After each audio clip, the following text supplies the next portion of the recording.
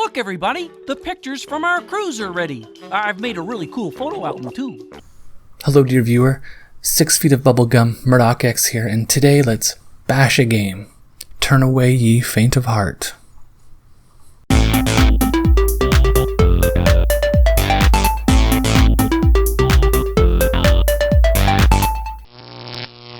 Let me say that again. The Muppets Party Cruise is a bad game, and I'll be saying bad things about it. If you believe that this is a good game, you're not going to enjoy this video. My original plan for this video was to rank all of the minigames that are found in this title, but they needed to be unlocked. After playing 2 rounds of this game for over 3 hours, I was near controller throwing rage and turned off my PlayStation 2 for the day, and thus begins this rant video. Let's start by discussing games of chance. I hate them. Rather than play Mario Party or this Muppet game, let's just toss a coin and use that to declare a winner. It will save us some time. What Mario Party does have over Muppets Party Cruise is fun minigames. I still don't like Mario Party, but I can be convinced to play a single round of it because the minigames are enjoyable. Muppets Party Cruise, on the other hand, doesn't have entertaining minigames. Movement around the board is dumb, the opponent AI is unbalanced, parts of the game are never explained unless you read the instruction manual, and everything is frustrating. Hell, they added a bribery aspect to the game. They took a bad game and made it worse by allowing players to buy points. We'll get to all of these points in more detail, but first let's talk about the game development company, Mass Media. Most game development companies from the PS2 era are gone, but this one is still alive and kicking. Mass Media is known for their game ports and party games, some of their other party games being Shrek, Super Party, and Pac-Man Fever. Heck, those 2 games and the Muppets Party Cruise were all released within 14 months of each other. Makes you wonder how much time they really spent on these games or if anything was reused. Don't get me wrong, it's not a bad idea to turn 1 game into 3, but that 1 game should be fun and these are not. Shrek Super Party is the 8th lowest ranked PS2 game on Metacritic. But enough about those other games, let's talk about Muppets. Party Cruise begins with a cutscene where our beloved fluffy friends buy tickets for a cruise, but while on the elevator they begin to realize that their rooms are way at the bottom. Therefore game. I don't understand how they got from the story to the game, but it's not important. Let's get some playtime in. Like any bad board game, movement is an important factor that's chosen at random. At least it's not dice here. Instead we get one of those cheap pinball games you'll find at truck stops. Okay, so this thing is kinda neat. It's still roll to move, which is crap, but it's fun to watch. Also of note are the cruise credits that can be gathered with a bit of luck. Next is movement. You can walk a path as far as your number will take you, but you can't cross over a spot you've already landed on, and you can't land on another player to challenge them to rock, paper, scissors if they've challenged you last. At least I think so. It's not mentioned in the game or instruction manual anywhere, but after Animal robbed me multiple times, I wasn't allowed to attempt to get my credits back from him. There are various games, traps, cruise credit tickets, NPCs, and items to land on as well. For the most part, players will be attempting to earn party favors through games. These games are accessed through red, green, and blue doors. Here's the thing about this though. It doesn't matter who gets to the door. Everyone plays and the winner gets the party favor. A good strategy would be to go after cruise credits, which can be used to buy higher scores in the games or be exchanged for party favors at the end. Sounds counterintuitive, right? It is. Don't go to game doors, you're wasting moves. Focus on gathering cruise credits or going to yellow doors, which are microgames. These are even worse than the regular games, but at least you're the only person who can earn a reward for spending your movement points to get there. The majority of these microgames are pure chance. Do a thing and maybe you get some points. There is one game of skill here where the player is tasked with rolling a cannonball over some hungry cannons with too thin rails.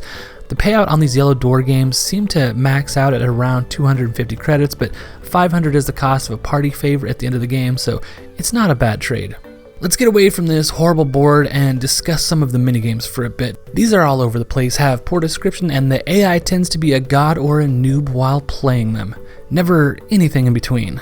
For example, we have Rizzos Stinky Cheese. All 4 players will roll around and attempt to gather cheese for points. The longer the cheese sits, the stinkier it gets and the more points it's worth. There are magnets that give the player a huge boost by sucking in the cheese, but watch out for the holes. I guess you can spin your player to get out of these, which I had no idea until I opened the manual just now while writing this script. Maybe the game says it somewhere in one of the sub-menus, but if you do ever decide to play this, make sure to have the manual nearby. I had to dig through it a few times to figure out what the hell was going on because of the bad game design. Quick thing, I'll bash this game all day, and even the production company Mass Media, as they're the ones who created it, but garbage like this is common in the gaming industry, and I'd never blame the individual staff over at Mass Media. There are deadlines to meet and funding that can be cut. I'd like to think that if they were given more time, we'd have ended up with a better game. As it stands though, I have no idea whose fault this abomination is, but make no mistake, it is an abomination. Rizzos Stinky Cheese is one of the better games because the AI is horrible at it. It's not a terrible minigame, but the fact that it's one of the few where the NPCs can't destroy your every hope and dream makes it better than most. Gonzo's Cannon Fodder, on the other hand, is pure rage. Try to shoot into the middle of the target for points and then do it again. And again. And again. I've tried going slower, I've tried going faster, and everything in between. I always get last place because the AI in this game is a plague. It takes anything fun and turns it into a festering pile of frustration. Okay, back to the board. There are 5 stages, 4 of which must be unlocked. These stages have NPCs that will wander around, and I thought they were just there to get in the way until I decided to try running into one, and it cut the cost of buying points in half. I thought it was interesting and tried running into him again, and it told me that the cost of buying points would be cut in half again, but instead I lost the ability. This is explained in the manual. Beaker and Dr. Honeydew Bunsen can give the ability, but will take it back if they catch you, which I guess me touching him counts as them catching me, but whatever. This was on the second stage, which by the way went on for 2.5 hours. The first stage, on the other hand, has Statler and Waldorf wandering around handing out curses which can be passed on to other players. Now, I mentioned that the goal is to have as many party favors as possible by the end of the game, but in order to end the game, you have to have a certain amount of a single color of party favors. In the first stage, you need 3 of either red, blue, or green. In the second stage, you'll need 4. At any time, one of your party favors can be stolen as they're each attached to one of the minigames on the board. If you won one on Rizzos Stinky Cheese, but then that game is played again, the winner gets to steal it from you. There are more party favors handed out at the end of the stage for various reasons, which the game doesn't bother to mention when it would be possible to earn these bonuses. For example, the player who ends the game by meeting the party favor goal is awarded an extra party favor. More importantly, the player with the most credits gets an extra favor and also earns another favor for every 500 points. I mentioned this earlier, and this is how I tried to win, but after I broke 3,000 points, I was robbed blind and wasn't able to take any of the points back. There seems to be a bug or undocumented feature with this. It was yet another moment to ruin my fun with blind luck. Let's talk about a few more minigames real fast. Fozzie's Looney Unicycles. Grab green balls, avoid red balls. This may be the most balanced game in here, as I came in first, last, and in the middle. Pepe's Crustacean Crush. This is sort of like Hungry Hungry Hippos, except you bring the crabs to the fish to eat. You can smack other players to get them to drop their fish, but it's a bitch to aim. Well, for humans at least, the AI never misses. Randy and Andy Pig's Pigsty Party. Count all the pigs and sometimes you get points for being correct. When do you score for being accurate? No one knows. It's not listed in the game or manual. Muppets Party Cruise. Outbid the other players using your cruise credits to buy party favors. The AI can bid fast and instantly, but you with your human fingers will have to hold the up button and wait for it to gain speed. Also, this isn't really a game. Sweetums Out of Gas. During half of this game, you steer a car, and during the other half, you push it. Don't press the buttons before they show up on the screen. This is one of a few games that I can think of where you're tied to another player and nothing you can do will affect the other two. I had nearly perfect playthroughs on this and still lost. Screw this game. Miss Piggys Tug of War. Press D-pad buttons as they appear on the screen. You're stuck with a partner that could ruin your chances, but it's one of the better games. New Zealand's Fish Flingers. Hold X to aim, release to throw. Further in spots are worth more points. Like a real State Fair game, these are difficult to land in. It's another frustrating one. Swedish Chef's Stage Fright. Throw tomatoes at 2 opponents. If you hit one, you get 25 points and then have to dodge tomatoes. Sometimes you can walk past the opponent and sometimes you can't. It's a dumb game, but easy to win once you get the hang of dodging the tomatoes. Scooter's Beach Speeders. It's racing with tiny RC cars. This one is fun.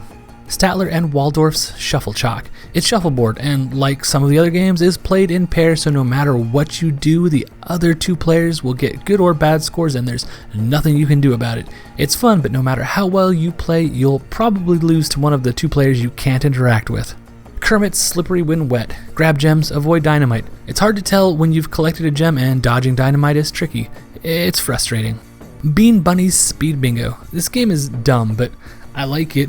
Bingo numbers are called out and you get points for tagging the correct spot on your bingo card before anyone else. The number shows up in the middle of the screen before it's called out, so if you can, play by looking at them rather than listening for them. Clifford's Dune Buggies. It's like Rocket League, but shitty. The AI is great at this game and will destroy you. Beaker's Chemical Imbalance. This is a bit like a rhythm game. Fill the beaker by pressing the correct direction on the D-pad until the chemical fills to the next line. You do this 4 times and hit the X button to submit it and move to the next beaker. Points for speed and accuracy. This is the best game of all the ones that I've played. Part of that is because the AI isn't very good at it. And finally, Dr. Bunsen Honeydew's Bunsen Burners. Shoot aliens for points. The low point ones at the bottom get in the way of the high point ones at the top. This one is fine, and you can push around the opponents a bit. There are more minigames, but with a bit of luck I'll never have to play this title again. There are also the microgames behind the yellow doors, but they just tend to be luck-based like flipping cards. There's also plenty of other objects scattered around the stage that are unfun and frustrating, but I think I've made my point. This game relies too much on luck and will do anything it can to piss you off. I won both stages that I played on the first try and I still hate this. Screw this game. Screw mass media for making it, screw TDK for publishing it, and screw Nintendo and Sony for allowing it on their consoles. This game is a stain on my collection. If I run out of shelf space, this and Pac-Man Fever, also by mass media, will be getting shoved into the sports game box that I keep in my closet. Now, for the good news. There's little videos that can be unlocked when you purchase some of the minigames. I read that these were unreleased until this game. These are little 15-second videos and they're fun. Licensed games. At least they got the folks from Jim Henson Company to do the voices.